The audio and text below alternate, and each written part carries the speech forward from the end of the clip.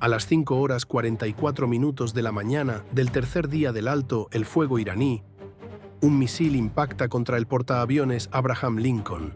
No casi impacta, no pasa peligrosamente cerca, no es interceptado en el último momento por un sistema que nunca fue diseñado para eso. Impacta. El punto de impacto es la abertura en el costado de babor en la cuaderna 47, 4 metros por debajo de la línea de flotación. No la cubierta de vuelo, no la isla de mando, no ninguno de los lugares alrededor de cuya protección fue escrita la doctrina de defensa de los portaaviones. La línea de flotación. El único lugar en un buque de 333 metros donde un impacto de precisión no necesita destruir para ser decisivo. Donde le basta con abrir el casco al mar. El mar Arábigo entra en el Abraham Lincoln a las 5:44 y no se detiene. Para entender qué golpeó al Abraham Lincoln esa mañana, hay que entender por qué cada arma iraní anterior fracasó y por qué esta no.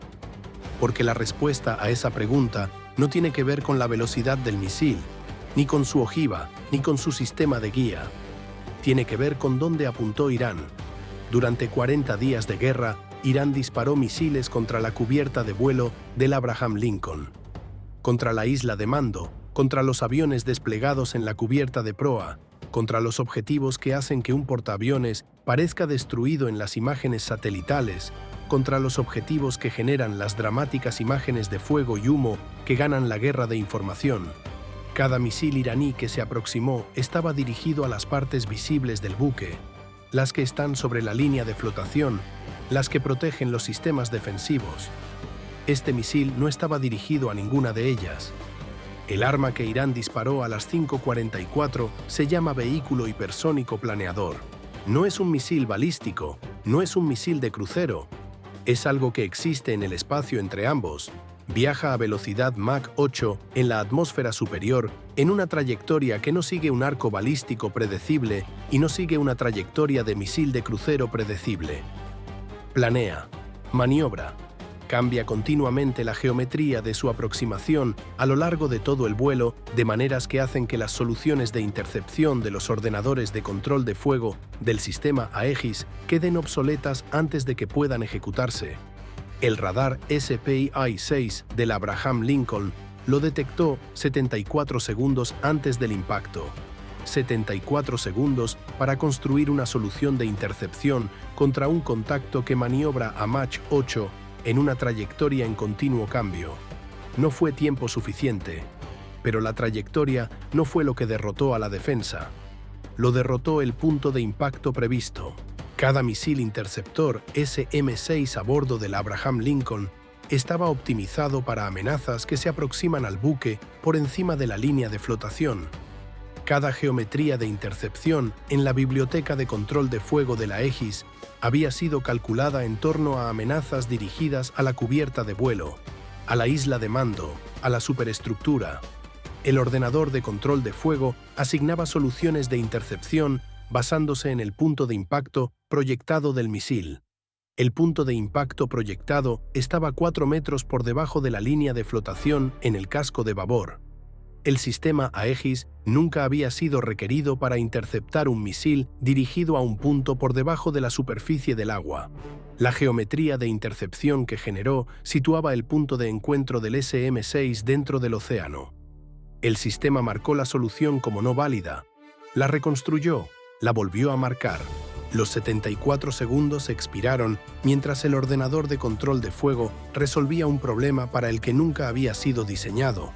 El sistema CIWS se activó 6 segundos antes del impacto contra un contacto que viajaba a Mach 8.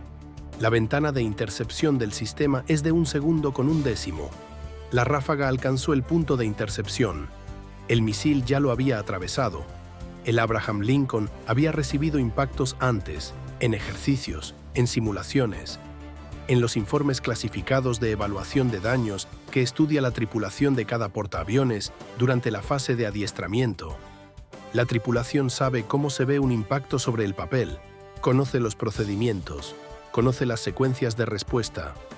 Ha practicado los escenarios de inundación cientos de veces en entornos de entrenamiento diseñados exactamente para prepararles para esto. Para el sonido no te prepara nada. El impacto en la cuaderna 47 no es una explosión en el sentido convencional. La ojiva del vehículo hipersónico planeador no está diseñada para detonar y dispersar fragmentación sobre una amplia área. Es una carga perforante, focalizada diseñada para atravesar el revestimiento del casco en la línea de flotación y depositar su energía en un punto concentrado en lugar de distribuirla sobre una superficie. El sonido que produce al penetrar en el casco a Mach 8 no es el estampido de una ojiva detonando sobre cubierta. Es un único impacto agudo y conmovedor que recorre toda la estructura del buque simultáneamente, sentido en cada compartimento, en cada litera, a través de cada plancha de cubierta y cuaderna y mamparo de proa a popa en la misma fracción de segundo. Cada miembro de la tripulación del Abraham Lincoln lo sintió a las 5:44. Lo sintió antes de oírlo, a través de los pies, a través del acero, en 3 compartimentos de proa en el costado de babor. El revestimiento del casco falló inmediatamente en el punto de impacto. El mar Arábigo entró a través de una abertura de aproximadamente 1 metro con 4 de diámetro a un ritmo de 340 litros por segundo. Los compartimentos 344, 346 y 348 comenzaron a inundarse simultáneamente a las 5:44. La teniente comandante Diana Reeves se encontraba en el centro de control de averías en la segunda cubierta cuando el impacto se registró en su panel de monitorización. 3 compartimentos inundándose simultáneamente, costado de babor, proa. Ritmo de inundación 340 litros por segundo. Llevaba 19 horas sin dormir. Había sido la oficial de control de averías del Abraham Lincoln durante 2 años y 4 meses y nunca había visto 3 indicadores simultáneos de inundación en su panel fuera de un ejercicio.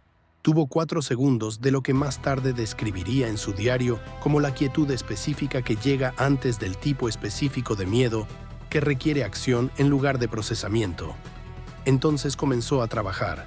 La prioridad inmediata no era la inundación en sí misma. Era el mamparo que separaba los 3 compartimentos inundados de los espacios más allá de ellos. Concretamente, el mamparo en la cuaderna 52, la barrera estructural entre la zona de inundación y los espacios de máquinas de proa que albergan el equipo de propulsión auxiliar. La cuaderna 52 estaba diseñada para resistir una presión de 40 toneladas de agua. Al ritmo de inundación actual, alcanzaría ese umbral de presión en 11 minutos y 40 segundos. Detrás de la cuaderna 52, la siguiente barrera era el mamparo de la sala de máquinas principal. Si la inundación alcanzaba la sala de máquinas principal, el Abraham Lincoln perdía la propulsión. Un portaaviones sin propulsión en el mar Arábigo, a 340 millas náuticas del puerto aliado más cercano, durante un alto el fuego que había mostrado grietas desde el momento en que fue anunciado, no es un buque dañado. Es un objetivo. Reeves transmitió su evaluación inicial de daños al Centro de Información de Combate a las 5:45. 3 compartimentos inundándose. Cuaderna 52 en riesgo. Tiempo estimado hasta presión crítica 11 minutos 40 segundos. Solicito envío inmediato de equipos de control de averías a las cuadernas 44 a 52. Solicito al comandante autorización para evaluar el contrainundación de emergencia. La respuesta del Centro de Información de Combate llegó en 23 segundos. Todos los equipos de control de averías a sus puestos. Evaluación de contrainundación autorizada. Y una información adicional que cambió cada cálculo que Reeves acababa de hacer. El misil no había venido solo. El radar SPI-6 rastreaba 2 contactos entrantes adicionales, desde diferentes rumbos, del mismo tipo de arma. Los mismos vehículos hipersónicos planeadores que acababan de abrir una abertura de 1 metro, con 4 en el revestimiento de babor, ya estaban en el aire. Ya maniobraban. Ya apuntaban a posiciones para las que el ordenador de control de fuego de la Aegis tenía dificultades para generar soluciones válidas. El Abraham Lincoln gestionaba una emergencia de inundación y una amenaza entrante activa de forma simultánea. Cada equipo de control de averías que respondió a la inundación eran miembros de la tripulación fuera de su puesto de combate. Cada segundo que Reeves pasaba gestionando el agua que entraba en el casco era un segundo que el Centro de Información de Combate gestionaba el siguiente impacto sin su plena capacidad defensiva. Irán había diseñado esto. No un misil. 3. El primero para crear la emergencia de inundación. Los dos siguientes para llegar mientras la tripulación ya luchaba por salvar el buque. El segundo misil impactó a las 5:47. Cuaderna 71, costado de babor, 2 metros por debajo de la línea de flotación. Una segunda brecha, una segunda zona de inundación, los compartimentos 568 y 570 añadían su ritmo de inundación a los 3 compartimentos de proa ya comprometidos. El Abraham Lincoln tomaba agua ahora en 2 puntos separados del costado de babor simultáneamente. La escora comenzó a las 5:47 y 31 segundos. Apenas perceptible al principio, menos de medio grado, pero el panel de monitorización en el centro de control de averías lo mostró de inmediato, y Reeves comprendió lo que significaba antes de que el número terminara de actualizarse. El buque comenzaba a inclinarse. El tercer misil fue interceptado a las 5:48 por un último SM-6, que encontró una solución válida cuando el patrón de maniobra del contacto creó 0,8 segundos de trayectoria predecible. El sistema CIWS disparó simultáneamente como seguro adicional. La ojiva detonó a 34 metros del casco. El patrón de fragmentación alcanzó la cubierta de vuelo y destruyó 2 aeronaves e hirió a 4 miembros de la tripulación en la cubierta de proa. Ninguna brecha en el casco del tercer misil. 2 brechas en el casco. 5 compartimentos inundándose. Escora creciente. Cuaderna 52 bajo presión creciente. A las 5:49, Reeves transmitió su evaluación actualizada. Ritmo total de inundación en los 5 compartimentos comprometidos, 580 litros por segundo. Escora de 1 grado con 3 décimas a babor. Tiempo estimado hasta presión crítica en la cuaderna 52, revisado al alza. La inundación avanzaba más rápido que el cálculo inicial, porque la segunda brecha había cambiado la distribución del agua dentro del casco. La presión sobre la cuaderna 52 se acumulaba ahora desde 2 direcciones en lugar de una. Nuevo tiempo estimado hasta presión crítica en la cuaderna 52, 7 minutos y 20 segundos. Los equipos de control de averías habían sellado 2 de los 5 compartimentos para las 5:51. Las bombas de emergencia activadas en toda la zona de inundación. El ritmo de inundación cayó de 580 litros por segundo a 390. La escora se estabilizó en 1 grado con 8 décimas. No mejoró, se estabilizó, manteniéndose en 1 grado con 8 mientras las bombas combatían el mar que intentaba entrar a través de 2 aberturas en el casco, y mientras la cuaderna 52 continuaba absorbiendo una presión que ahora era de 31 toneladas y seguía aumentando. A las 5:52, Reeves miró su panel y comprendió algo hacia lo que los números habían estado apuntando durante 8 minutos. Las bombas no iban a ser suficientes. Al ritmo diferencial actual entre el ritmo de inundación y el ritmo de extracción de las bombas, la cuaderna 52 alcanzaría 40 toneladas de presión en 4 minutos y 11 segundos. Las evaluaciones de integridad estructural que había memorizado durante su formación indicaban que un mamparo diseñado para 40 toneladas comenzaría a mostrar microfisuras a las 42 toneladas y fallaría catastróficamente en algún punto entre 48 y 55 toneladas, dependiendo de la edad y condición de la cuaderna específica. La cuaderna 52 del Abraham Lincoln tenía 31 años. Nunca había sido probada contra su capacidad nominal en condiciones de combate. No sabía en qué punto del rango entre 42 y 55 toneladas fallaría. Sabía que fallaría. A las 5:52 y 44 segundos, Reeves solicitó autorización para contrainundación de emergencia. La contrainundación es la inundación deliberada de compartimentos del buque en el lado opuesto a una inundación existente para crear contrapresión que frena la carga estructural sobre los mamparos en riesgo. Es el último recurso. Añade agua a un buque que ya está tomando agua, aumenta el peso total del buque y reduce su reserva de flotabilidad.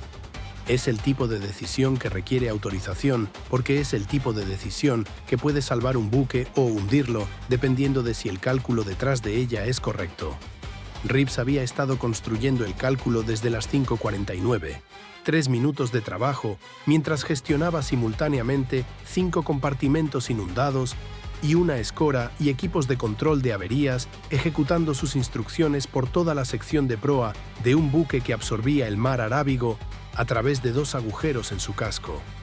La solución de contrainundación que transmitió al comandante a las 5:52 y 44 segundos especificaba 2 compartimentos de estribor en las cuadernas 48 y 53.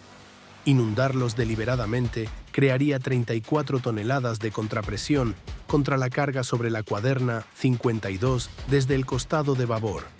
No suficiente para invertir la inundación. Suficiente para ralentizar el ritmo de aumento de presión sobre el mamparo en aproximadamente un 60%. Dar a las bombas tiempo para reducir el volumen de inundación a un nivel manejable. Dar al buque tiempo para sobrevivir.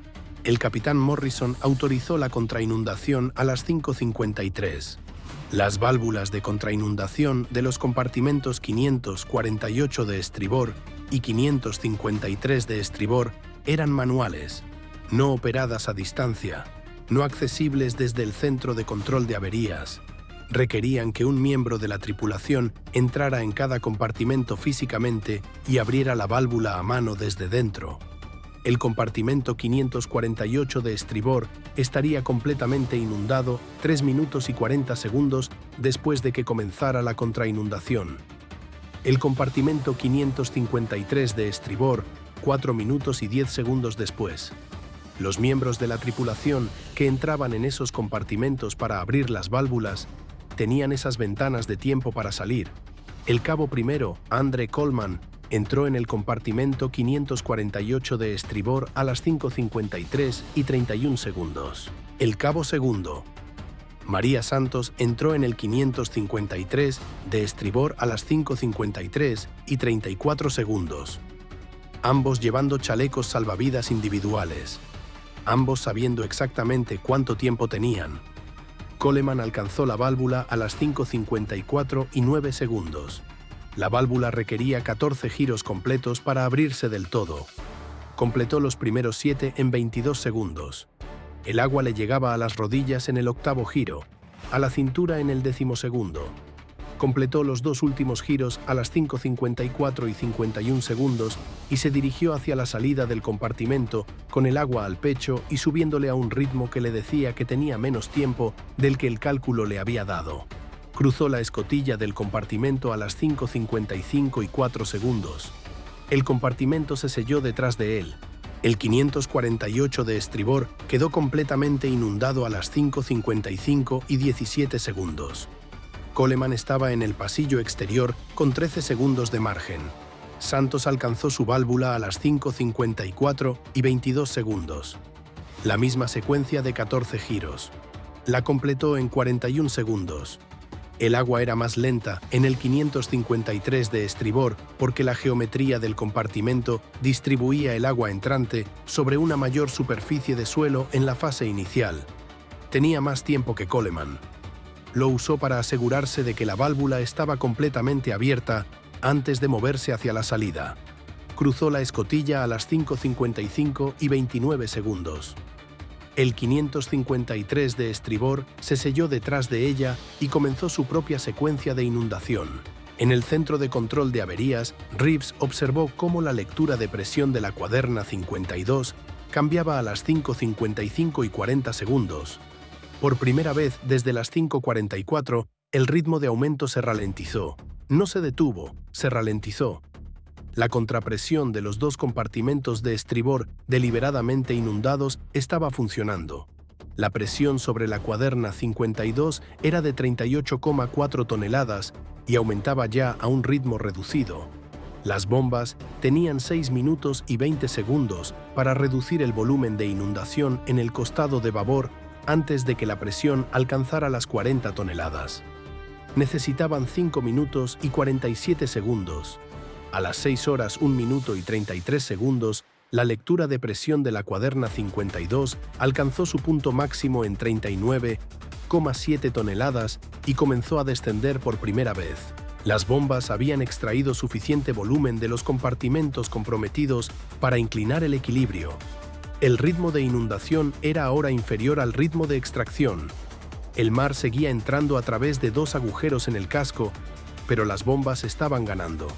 La cuaderna 52 resistió. La escora se estabilizó en 2 grados con 1/10 a babor a las 6:04. No se corrigió. Se estabilizó.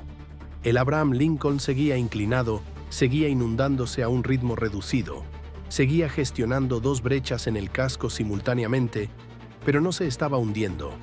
No perdía la propulsión. Era un buque dañado que iba a mantenerse a flote.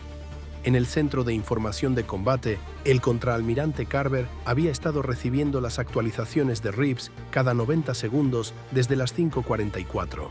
A las 6:04 y 44 segundos, cuando la presión en la cuaderna 52 alcanzó su punto máximo y comenzó a descender, tomó la decisión hacia la que había estado trabajando desde el momento en que el primer misil impactó. La recopilación pasiva de sensores que había estado funcionando continuamente desde que el primer contacto apareció en el radar a las 5:43 había fijado ambas posiciones de lanzamiento durante todo el combate. Los vehículos hipersónicos planeadores transmitían una frecuencia de guía encriptada específica durante su fase de aproximación terminal que los sensores pasivos del Abraham Lincoln habían recopilado a lo largo de todo el vuelo de 74 segundos del primer misil, el vuelo de 71 segundos del segundo y el vuelo de 68 segundos del tercero. 3 secuencias de transmisión separadas desde 2 posiciones de lanzamiento separadas, cada una triangulada continuamente desde el momento de la primera detección. Posición de lanzamiento alfa en rumbo 027, fijada con una precisión de 14 metros. Posición de lanzamiento Bravo en rumbo 041, fijada con una precisión de 19 metros. Carver autorizó el ataque a las 6:05. 8 misiles de crucero Tomahawk fueron lanzados desde las celdas de lanzamiento vertical del Abraham Lincoln a las 6:06. La secuencia de lanzamiento se ejecutó sin interrupción desde un buque escorado 2 grados, con 1/10 a babor, con 2 brechas activas en el casco y equipos de control de averías aún trabajando en los compartimentos de proa y 2 miembros de la tripulación que acababan de salir de compartimentos que se llenaban de agua del mar con segundos de margen. 4 Tomahawk a la posición de lanzamiento alfa, 4 a la posición de lanzamiento bravo. El primer Tomahawk impactó la posición de lanzamiento alfa a las 6:44. El segundo, tercero y cuarto en 14 segundos. La posición desde la que se había disparado un arma específicamente diseñada para humillar al portaaviones más poderoso del mundo, inundándolo en lugar de destruyéndolo, había desaparecido a las 6:44. La posición de lanzamiento Bravo recibió sus 4 Tomahawk entre las 6:46 y las 6:47. Ambas posiciones destruidas, ambas tripulaciones eliminadas, ambas posiciones de lanzamiento aniquiladas antes de que cualquiera de ellas pudiera transmitir una evaluación de resultados de fuego a la estructura de mando iraní que había pasado meses planeando un ataque específicamente diseñado para herir en lugar de matar, para enviar al Abraham Lincoln a casa dañado, para iniciar las negociaciones del alto el fuego en Islamabad, con la imagen de un portaaviones americano humillado alejándose cojeando del mar Arábigo. El Abraham Lincoln no se alejó cojeando a ningún lado. A las 7 horas en punto, las operaciones de vuelo se reanudaron desde el portaaviones dañado. El primer FA-18 despegó de la catapulta número 2 a las 7:02. La aeronave ascendía desde un buque escorado 2 grados con 1/10 a babor, con 2 brechas selladas en el casco y una oficial de control de averías que no había dormido en 21 horas, escribiendo su diario de combate en el centro de control de averías, una cubierta por debajo de la cubierta de vuelo. Reeves lo escribió en 4 frases. 2 brechas en el casco sufridas en las cuadernas 47 y 71 a las 5:44 y las 5:47. 5 compartimentos comprometidos. Contra inundación de emergencia de 2 compartimentos de estribor autorizada y ejecutada a las 5:53. Integridad de la cuaderna 52 mantenida. Buque completamente operativo. Luego añadió una línea que no formaba parte del formato estándar del diario, pero que el capitán Morrison mantuvo en el informe final sin cambiar una sola palabra. Coleman y Santos entraron en los compartimentos a las 5:53. Tenían 3 minutos y 40 segundos y 4 minutos y 10 segundos respectivamente. Lo hicieron en 3 minutos y 33 segundos y 3 minutos y 55 segundos. Irán disparó un arma diseñada no para destruir al Abraham Lincoln, sino para herirlo, para inundarlo, para enviarlo a casa, para iniciar las negociaciones del alto el fuego con la imagen del portaaviones más poderoso de América alejándose del mar Arábigo, dañado y derrotado. El Abraham Lincoln lanzó su ataque desde una escora de 2 grados con 1/10. Lanzó sus aeronaves desde una cubierta dañada. No se fue a ningún lado. Irán apuntó a la línea de flotación porque creyó que un buque tomando agua dejaría de combatir. Se equivocaron en eso. Se equivocaron de una manera que 2 cráteres humeantes en la costa iraní a las 6:47 de la mañana dejaron permanente y completamente establecida.